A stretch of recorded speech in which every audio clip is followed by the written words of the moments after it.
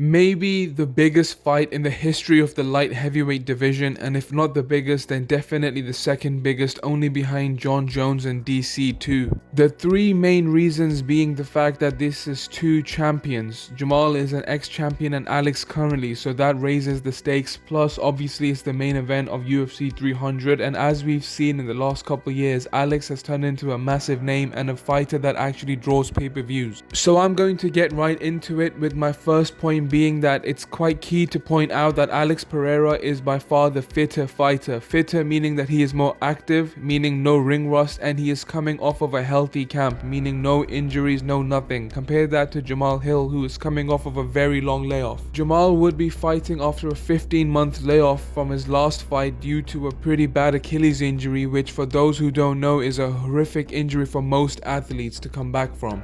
And on top of that, the UFC have clearly rushed him coming back, as his initial due date would have been around this summer, but they're bringing him back in spring, which means that they've thrown this fight together, which only hurts Jamal's chances. But as fans, let's hope that this is going to play a minimum role in the fight, especially since Jamal is 32, which means that he is still in his prime.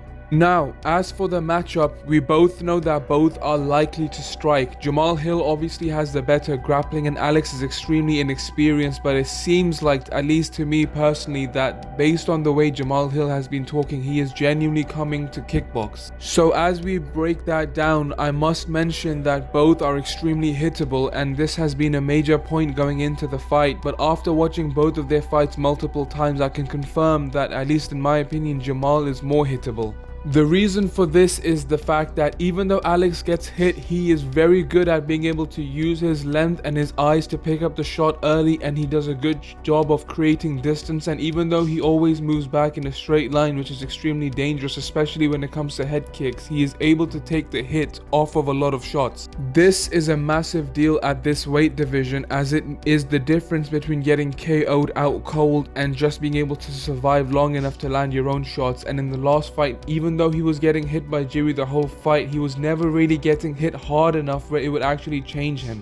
And even though Alex out of the two fighters is the one who's recently been KO'd, and Jamal in the UFC actually hasn't been dropped or beat up that bad, it's the fact that Alex actually opened up too much against Adesanya that hurt him. And as a result, at light heavyweight, Alex has been way more patient and watchful, which means that he doesn't rush in as much, which only helps his chances. However, with Jamal, even though I said he hasn't actually been KO'd out bad or hurt too bad in the UFC, it's because people haven't punished him. He has extremely poor fundamentals, especially when it comes to dropping his hands when exchanging, and whenever he moves back, he throws his chin up in the air.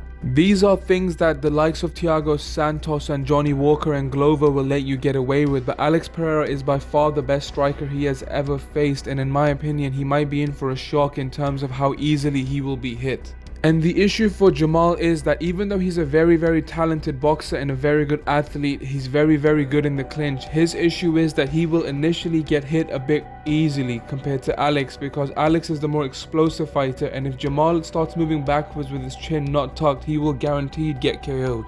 And that is my issue with Jamal in this fight overall. Even though he's a very good boxer, and arguably when it comes to him and Alex, you could argue that he is actually the better boxer when they start to box with each other. Even though Alex will land initially, Jamal is very good at rolling with the punches and landing. His issue is that once he starts to open up, he keeps his chin up in the air, and even though he hasn't been KO'd flat, these are the types of fights in which you get exposed, and this has to do with the fact that he keeps his chin up in the air when he exchanges, and also when he moves backwards in a straight line. Now, even though Jamal has pretty poor footwork for a guy at his level, and the fact that he stands heavy on that front leg, it will be tougher for Alex to land that calf kick, which is a thing that lots of fans have been pointing out. This is mainly due to the fact that Jamal is a southpaw and does a good job of staying at range. Unfortunately for him though, Alex has actually proven in glory and even in his fights against Adesanya that he can actually do a pretty good job of touching the calf even from southpaw. The only issue is he can't really sit on it as heavily as if the other fighter is an orthodox. But I think he will be able to land enough to start to slow Jamal down, especially since Jamal is coming off of a pretty bad injury, like I said earlier, which means that he might be more hesitant.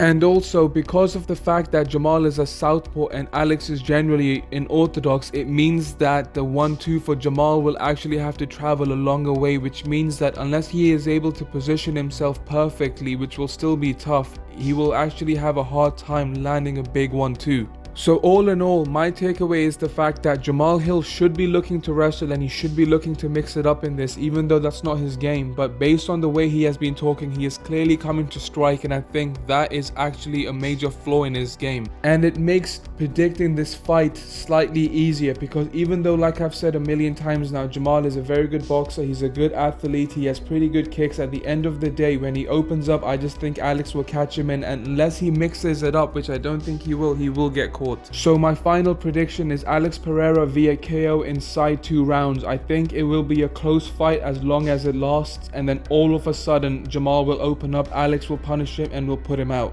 I give it 60% towards Alex Periera, 40% towards Jamal Hill, as it's a light heavyweight and anything can happen.